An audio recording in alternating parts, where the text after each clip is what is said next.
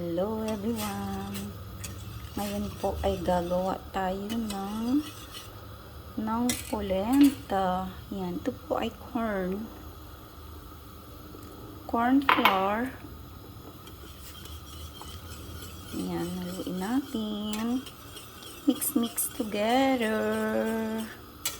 Yan, hanggang sa mag-ano po siya, mag-form. Yan, mix natin.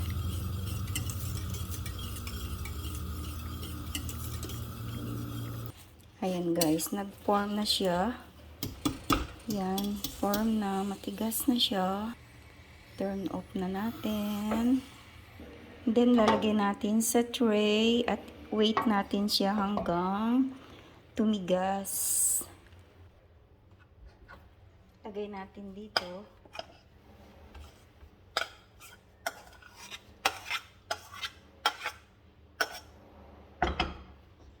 Yan, sarap niya guys.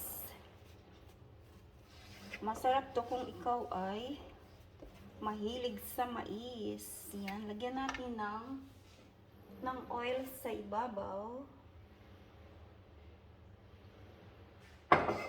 Para madali siyang ma-spread. Yan.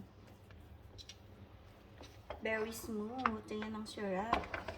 Ganda pa ng kulay. Nilagyan ko lang siya ng salt and sugar. Ganun lang. Very simple. Ang tawag po nila dito ay polenta.